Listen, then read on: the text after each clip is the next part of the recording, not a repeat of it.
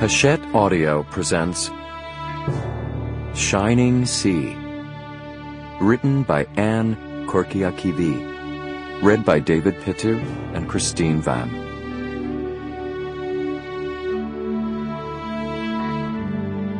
For Anne T., of course. Book 1, 1962. Again it is peaceful. The valley is silent.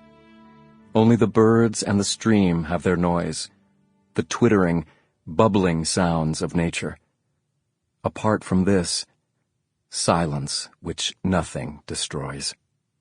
George Fraser Galley, 1943.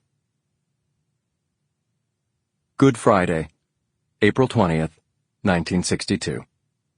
Michael. A crowd of sparrows flies up, peppering the California sky overhead.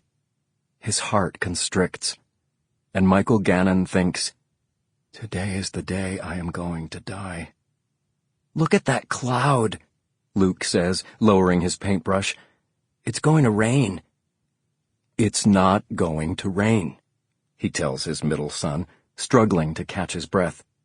"Don't give up in the home stretch, Luke. Another hour, and the house will be done." His heart squeezes. His fingers and jaw stiffen. "You'll be all right, Corman," the doctor at Letterman told him, signing his release 16 years ago. There were more than 70,000 of them moving through Letterman Army Hospital in Frisco that year. "If you could make it through the Bataan March and 3 years in the hands of the Japs, you can make it now. You'll be all right." But heart failure can be a sneaky enemy, quietly waiting to strike the fatal blow. He had plenty of opportunities to see its tricks, barely out of medical school, trying to keep his fellow prisoners alive in the Pacific. People say it's the brain that keeps you alive. Give up and you are done for. But who is to say that the will doesn't have its home in the heart? And if that heart just won't function? He climbs carefully down the ladder and leans his back against a panel that has dried.